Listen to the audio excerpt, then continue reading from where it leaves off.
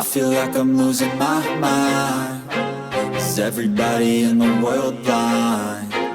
Please, Lord, give me a sign, a sign. Alright guys, we got sort of a double header today. We've got a powerhouse from the 1990s, the Jensen, I think this is an A4000. It's not 4,000 watts, not even close, but it's a cute little amp. We'll see what it does. I think it looks like a decent quality piece. So this is kind of a nice looking amp. I'm not sure the exact vintage, but by the looks of it, I'm thinking this is 90s. And, you know, anybody that knows remembers Jensen. These things were sold, you know, more of a department store than like a stereo shop kind of stuff, you know. So this would probably be a Scar Audio of the day. So, but it's a good size amp. So it's 16 inches by about 9 inches by 2¼ inches tall, and it's reasonably heavy as well. So anyways, let's take a look at this thing. You can see the graphics on it, pretty cool. I think this is a decal, it's not machined in it, but the extrusion's got a nice little profile to it. It's not flat. It's got some screen printing in it, and again, it's a, you know, rated, well, stated, I should say, stated power is 100 by 4. You know, maybe with a subwoofer with, you know, music playing, maybe it dynamically could hit 100 watts. But, you know, if we take a look at this back label, you know, they give us some speaker wiring stuff. I'm not sure what specifically it talked about on there. But anyways, here's the production badge, made in Korea. This is a pretty basic amp. I don't see this thing as being really much. You know, it's an old school AB. So we got the input section. Wait a minute, I'm trying to think. So this would be the, I don't know enough about amplifiers to know. This is the input section. It's got to be the input section. This has got to be the output section.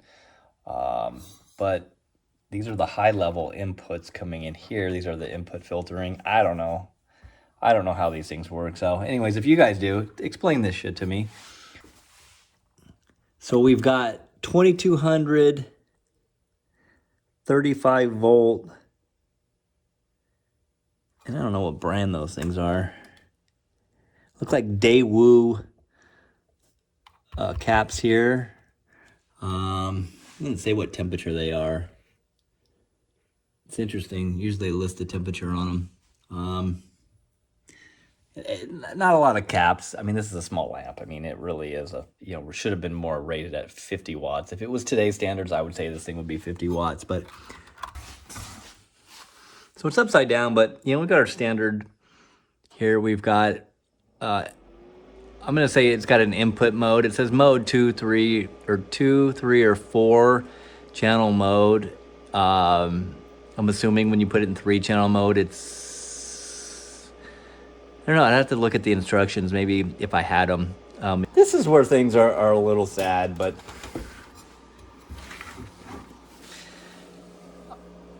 we've got these crappy terminals. These are terrible. In fact, I need to look inside here. One of these is broken, and so somebody's stuck a wire, and I actually just pigtailed onto the wire. It doesn't even have screw down terminals on it.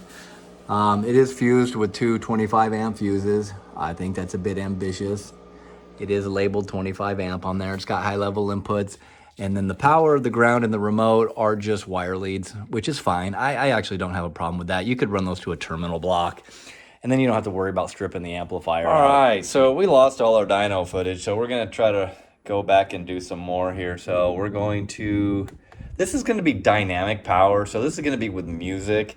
And we just so happen to have the resistor bank at 2 ohms.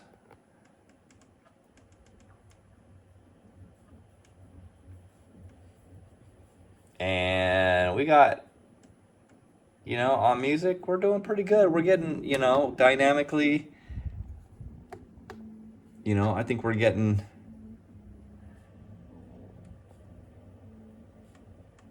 you know,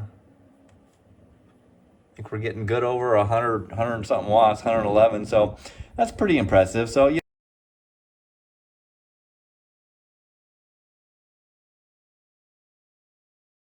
let's do a quick little clip and see what it does, All right, so let's pump up the jam, see what this thing sounds like. A little bit of our duty-free music. This is full range, and we don't have the subs running on this thing. Don't look at that one. That's for another video, but I'll be honest with you, I think this thing sounds all right. You put a little bass to it.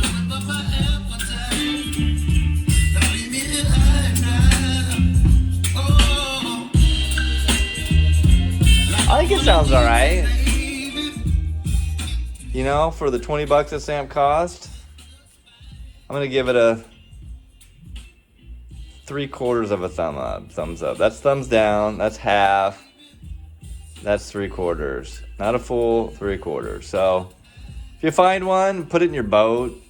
I don't know, your vintage car, your '65 Mustang with some 6x9s, and you'll be freaking cool. I think this thing would look nice. I'm fairly impressed with the sound quality of it and the power output. I've tested some other Chinese, flea market style amps, and they sound all right, but they don't really look super gaudy or super lame. This one's fine. I mean, this is kind of a cool little amp. If you just had a little system in a car that you wanted to do, especially like a classic car or something like that, you wanted to run some door speakers and some 6x9s. That's what this thing was. With that being said, maybe a woofer and 2 door speakers. So, anyways, cool little amp. This thing, I think I found it for about 20 bucks, and it works, and it's probably 90s, mid 90s. So, anyways,